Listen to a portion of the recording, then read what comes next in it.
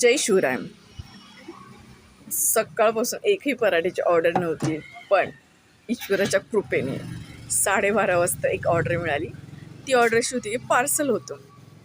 मग पार्सल म्हणलं की फटाफट तयारी करावी लागते, कारण ते गाडी वर थांबलेले असते साईडला गाडी घेऊन. आणि मग काय पराठ्याला सुरुवात केली.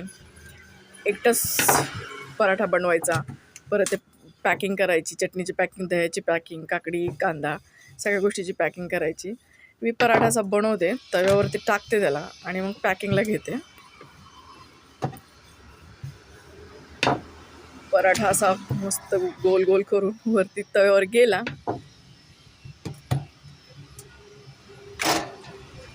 की लगेच पॅकिंगला घेते. काय करणार, थोडं लिमिटेशन येतं, म्हणजे नाही का शारीरिक म्हणतो ना आपण, एक मर्यादा येते. फटाफट कामं करता येत नाहीत, थोडंसं दगदग होते. स्पीड म्हणजे जसं इतर लोक, नॉर्मल लोक, स्पीड असतो ना त्यांचा कामाचा, त्या स्पीडप्रमाणे मला एवढं पटापट करता येत नाही, कारण तेवढी मूवमेंट होत नाही पायामुळे. पण तरी पण मी माझ्या क्षमतेनुसार प्रयत्न करत असते हालचाल करण्याची.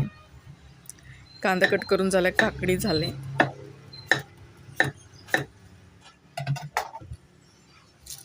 मस्त एक थोडंसं एक हेल्दी म्हणून काहीतरी नाही का, काकडी, कांदा, गाजर या गोष्टी मी देत असते. कारण आजकाल बऱ्याच ठिकाणी असं नाही का झालंय की आरोग्याकडे एवढं दुर्लक्ष केलं जातं. हेल्दी खायचंच नको म्हणतात लोक. जिभेला असं चटपट खायचं सवय लागलेली असते ना, ते हेल्दी खाण्याकडे लोकांचं दुर्लक्ष होतं.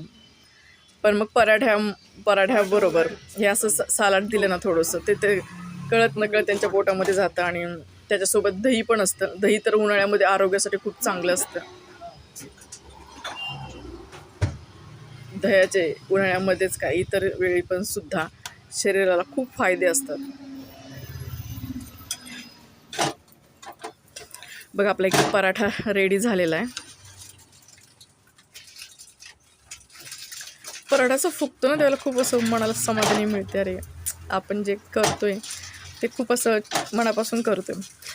एक सेफ आहेत, त्यांनी एका व्हिडिओवरती कमेंट केली नाही का, की खूप म्हणजे मी स्वतः एक म्हणजे नाही का आचार्य आहे की किंवा कारागीर आहे. माझ्या अनुभवानुसार तुमची पराठा बनवण्याची पद्धत किंवा पराठा तुम्ही खूप छान बनवतात असं ते मला एकदा म्हटलं. कारण त्यांना अनुभव असेल किंवा त्यांनी पाहिलं असेल. मी ना पराठा बनवते, पण माझं पराठा बनवायचं म्हणजे कसं असतं, एक प्रोफेशन म्हणून किंवा हे नाही, मी एक आवड म्हणून करते ह्या सगळ्या गोष्टी.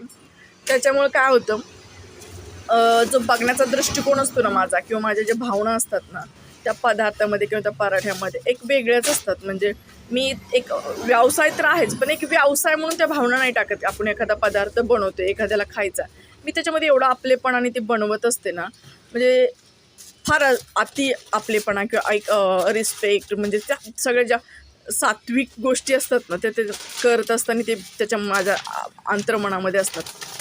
त्यामुळे कदाचित त्या पदार्थाला चव येत असेल. किंवा एक आपण म्हणतो ना की जर आपलं मन साफ असेल तर सगळं काही गोष्ट.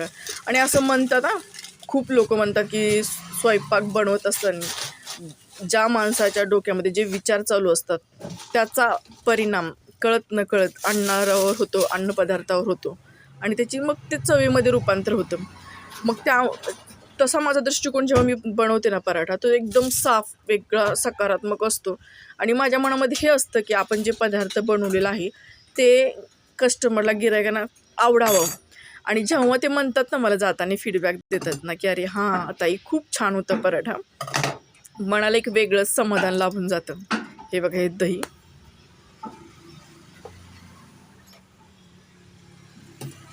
चालू असतं ना माझ्या पद्धतीने, मी हळूहळू काही नाही म्हणजे करत राहते. बघा, आपण इतर वडापाव वगैरे खातो तर त्याच्यामध्ये असं पौष्टिक काय असं शक्यतो जात नाही, तर मग हे दही पण जाऊ शकतं आपण, म्हणजे शरीरामध्ये जातं पराठ्यामुळे.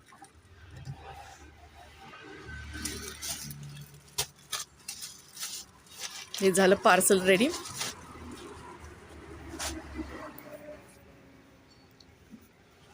भारी वाटलं. सकाळपासून काहीच पराठ्याची ऑर्डर नव्हती, पण तुम्हाला माहिती आहे, हा पराठा बनवायला घेतला ना की लगेच मला दुसरे एक 2 कस्टमर आले आणि त्यांनी 2-2 पराठ्याची ऑर्डर दिली. भारी वाटलं की बाबा सकाळपासून काही सुरुवात नव्हती. व्यवसायामध्ये ना कस्टमर्स काही सांगता येत नाही, कधी येतील कधी नाही. जे नाही का अनिश्चितता असते, निश्चितता पण असते. ही शेंगदाण्याची चटणी बघा, मी घरीच बनवते उकळामध्ये. त्रास खूप होतो, मिक्सरचा वगैरे वापर करत नाही. हे बघा, हे 2-3 पराठ्याची दुसरी ऑर्डर आले, त्याची तयारी करते लगेच. मस्त पीठ असं सॉफ्ट करून घ्यायचं, कारण सॉफ्ट जितकं पीठ असेल ना तेवढं पराठा जास्त फुगतो.